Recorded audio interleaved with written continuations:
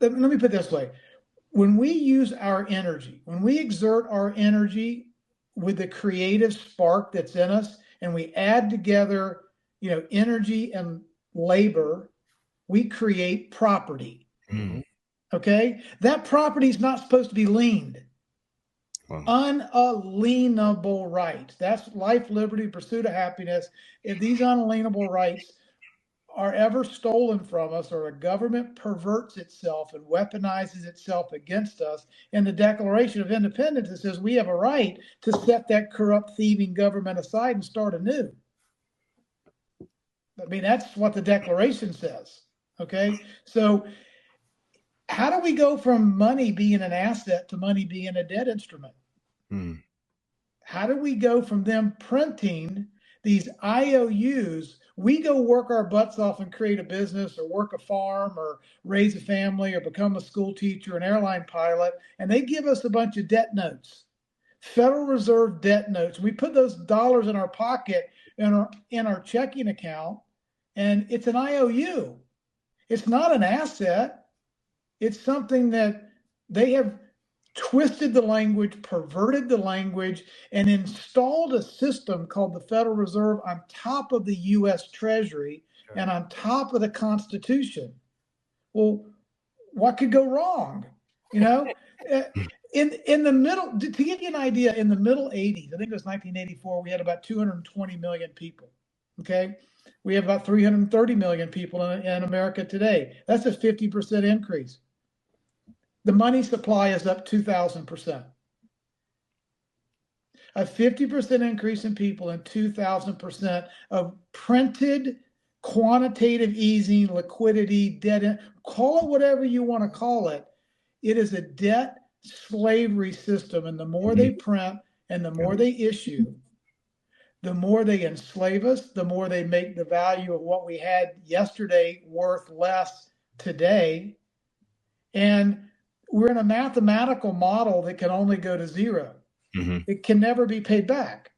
So this system was created. It's important. This history matters because, my people are destroyed for their lack of knowledge, right? Mm-hmm. The Rothschilds are the founding fathers of central banking, and they were avowed atheist and Marxist. Atheists and Marxists believe the ends justify the means.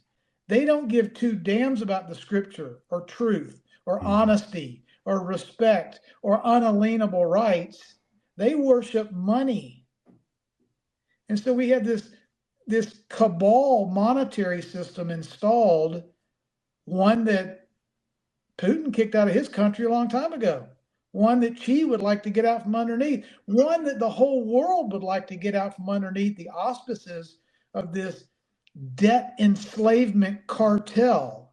That's what G. Edward Griffin calls central banking. He calls it a money cartel. Yeah. No different than like a sugar cartel or an oil cartel.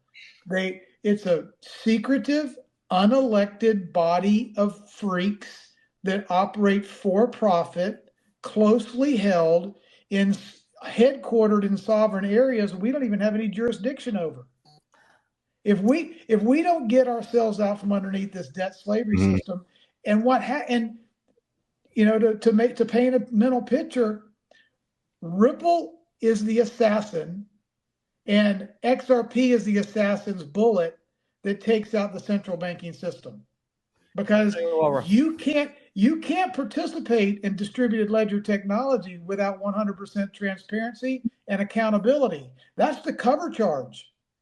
So no matter what you used to be, if you're going to go across that bridge from fiat debt slavery into sound money, a truth system where there's a truthful medium of exchange and an accounting of the books and atomic settlement, if you're going to take that bridge from the fiat scam world to the sound money truth world, you can't escape 100% transparency and accountability.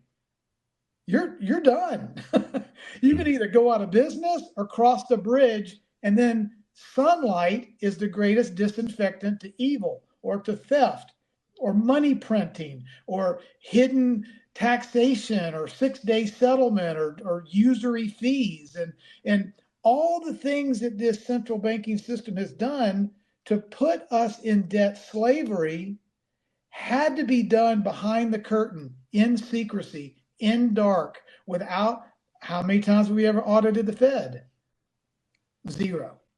So Yeah. this changes everything. And the joy in my heart and the joy in my soul to want to let people know that we are bridging back to unalienable God-given rights that are not supposed to be taxed and not supposed to be inflated and not supposed to be stolen and not supposed to be taken from us and weaponized against us in this divide and conquer military industrial complex.